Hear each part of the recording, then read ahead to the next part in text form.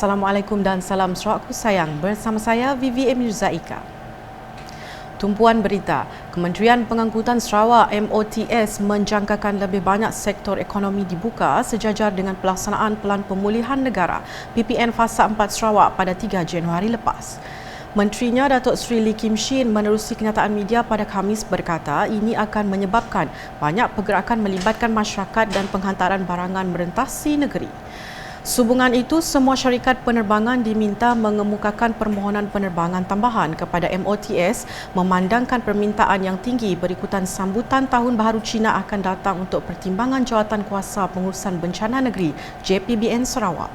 Katanya buat masa ini syarikat penerbangan juga diingatkan supaya tidak menaikkan tambang penerbangan mereka.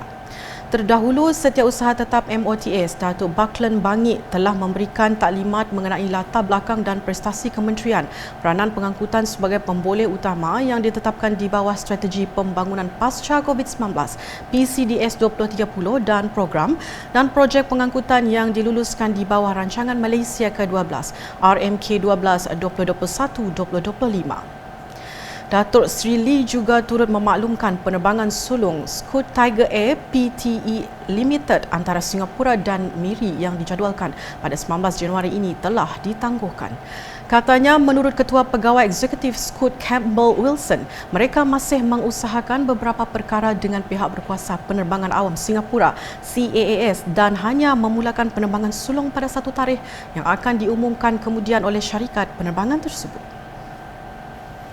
Seterusnya, satu pasukan sukarelawan telah diwujudkan dan digerakkan di setiap kawasan Dewan Undangan Negeri Dun Kuala Rejang bagi mengenal pasti individu yang layak untuk didaftarkan dalam sistem e-Kasih pada Khamis.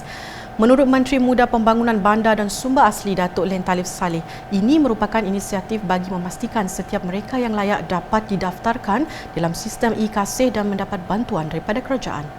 Beberapa sukarelawan daripada setiap kawasan bersama Ketua Masyarakat dan Ketua Kaum KMKK telah digerakkan bagi membantu mendapatkan maklumat di kalangan penduduk yang layak menerima bantuan tersebut. Dalam pada itu, Datuk Len yang juga Ahli Dewan Undangan Negeri Dun Kuala Rajang juga memohon kerjasama daripada semua penduduk di kawasan Dun Kuala Rajang untuk memberikan kerjasama kepada sukarelawan tersebut bagi memudahkan proses pendaftaran di samping mematuhi prosedur operasi standard SOP yang ditetapkan untuk diserahkan kepada agensi kerajaan yang terbabit. Berita selanjutnya, Lembaga Air Sibu telah diarahkan untuk menghantar bekalan air dengan segera menggunakan lori tanker bagi mengatasi masalah tekanan air rendah di Sibu Jaya. Ahli Dewan Undangan Negeri Adun Dudong, Datuk Seri Tiong King Sing berkata beliau telah mengadakan pertemuan dengan Lembaga Air Sibu dan Jabatan Bekalan Air Luar Bandar JBAB bagi membincangkan isu bekalan air yang terjejas di Sibu Jaya. Menerusi kenyataan media pada Selasa, Datuk Seri Tiong menjelaskan isu ini berpunca daripada projek Sibu Jaya Kanawit Fasa 2 yang sepatutnya siap dalam masa 2 bulan oleh kontraktor bagi mengurangkan masalah tekanan air yang tidak mencukupi di Sibu Jaya dan Salim.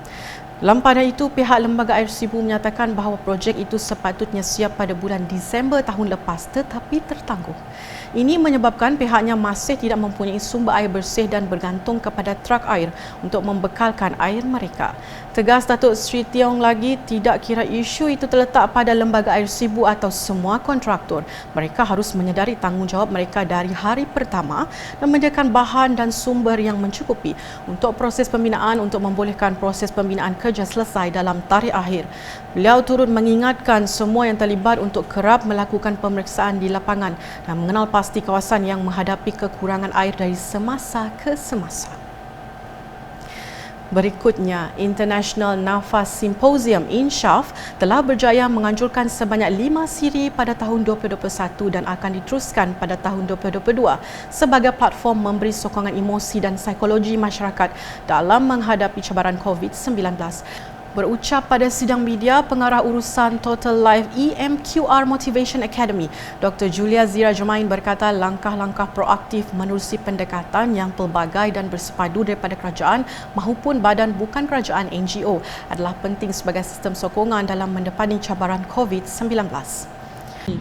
Hal ini adalah selaras dengan hasrat kerajaan menerusi pendekatan keluarga Malaysia, Malaysia Prihatin agar semua lapisan masyarakat bersifat cakna dan prihatin terhadap keperluan emosi, keperluan minda, kalbu dan rohani serta psikologi terutama bagi golongan yang terkesan akibat COVID-19.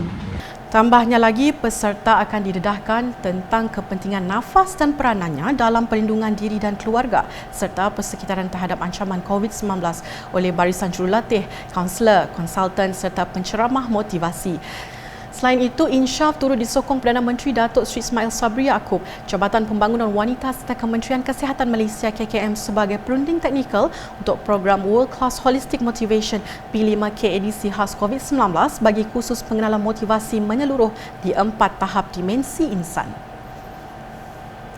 Berikut pula, penduduk di daerah lawas boleh menghadirkan diri secara terus atau walk-in ke klinik kesihatan terusan dan klinik kesihatan merapuk untuk mendapatkan dos penggalak vaksin COVID-19.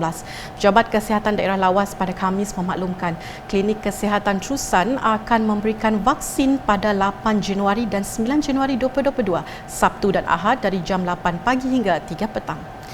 Manakala klinik kesihatan merapuk pula pada Sabtu 8 Januari 2022 dari jam 8 pagi.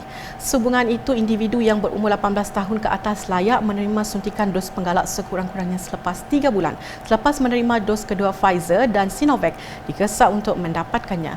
Mereka perlu mendapatkan dos penggalak selewat-lewatnya pada Februari 2022 bagi mengekalkan status lengkap vaksin mereka. Sekian edisi malam bersama saya, Vivi Emir Zaika. Berita lebih lanjut boleh didapati di semua platform media sosial UKAS termasuk portal ukas.sarawak.gov.my dan UKAS channel di YouTube. Jangan leka, sentiasa amal SOP yang telah ditetapkan. Lindung diri, lindung semua. Salam UKAS.